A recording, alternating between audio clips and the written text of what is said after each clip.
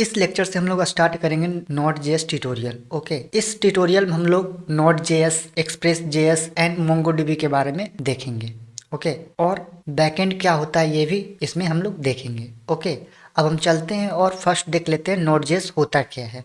What is नोड.जेएस? नोड.जेएस होता क्या है? तो नोड.जेएस को इस तरह से समझ सकते हैं कि आप जब फ्रंट एंड में जावास्क्रिप्ट को रन करते हैं तो फ्रंट एंड के लिए यूज करते हैं। ओके, मगर अगर आप चाहते हैं कि जावास्क्रिप्ट को हम सर्वर साइड में यूज करें तो आपको नोड.जेएस को यूज करना ही पड़ेगा। यहाँ पर देखिए लिखा हुआ है Node JS allow to run JavaScript on the server, मतलब कि नोड.जेएस जो है अलाउ करता है जावास्क्रिप्ट को सर्वर साइड रन करने के लिए।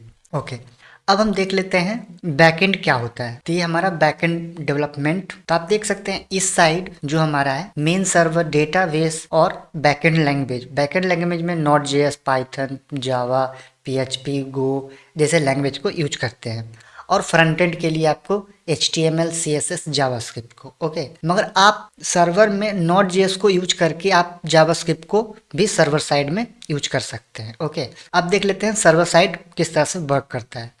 तो सर्वर साइड जो होता है डेटाबेस से कनेक्शन होता है, मतलब कि डेटाबेस में जो भी चीज़ें आप स्टोर करते हैं, जैसे कि आप वीडियो, फोटोज जैसे चीज़ें आप अपलोड करते हैं तो वो डेटाबेस में स्टोर होता है। मगर डेटाबेस में जब स्टोर होता है तो वो बैकएंड लैंग्वेज जो होता है उसे प्रोसेस करके स्टोर करता है और आउटपुट करता है।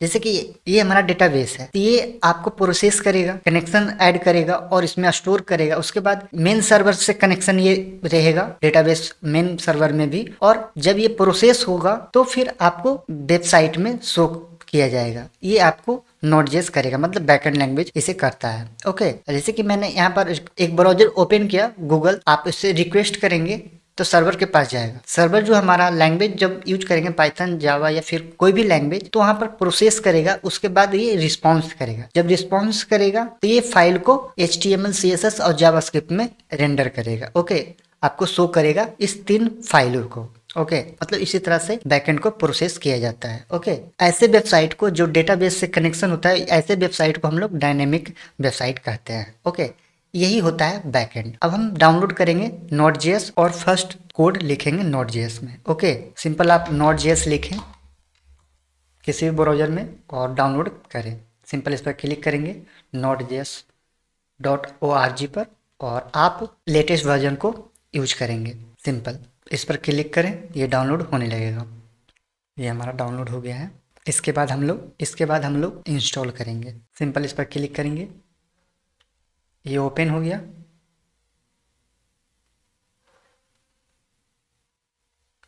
सिंपल उसके बाद नेक्स्ट कर देंगे, एक्सेप्ट करेंगे यहाँ पर, आई एक्सेप्ट, उसके बाद नेक्स्ट, उसके बाद next, next, next, install.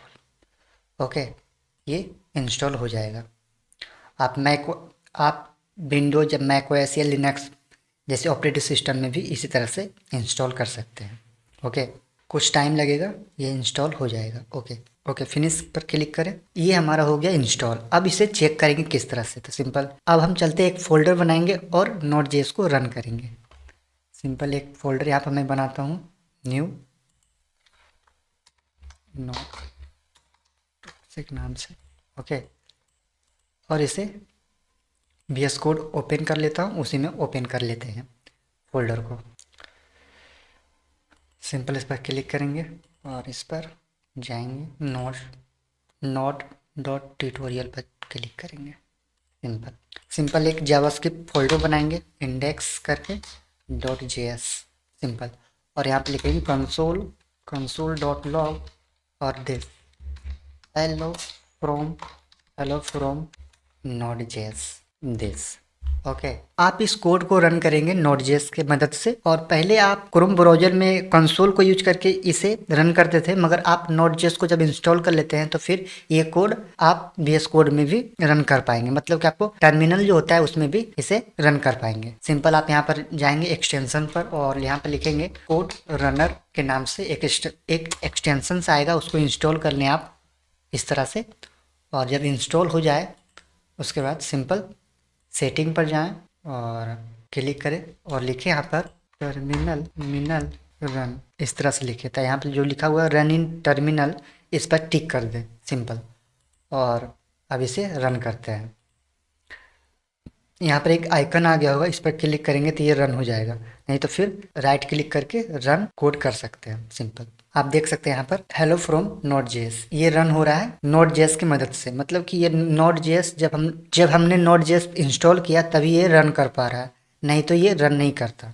Okay, इस लेक्चर में इतना ही। अगले लेक्चर में हम लोग फर्स्ट सर्वर एप्लीकेशन बनाएंगे। Okay, see you next lecture.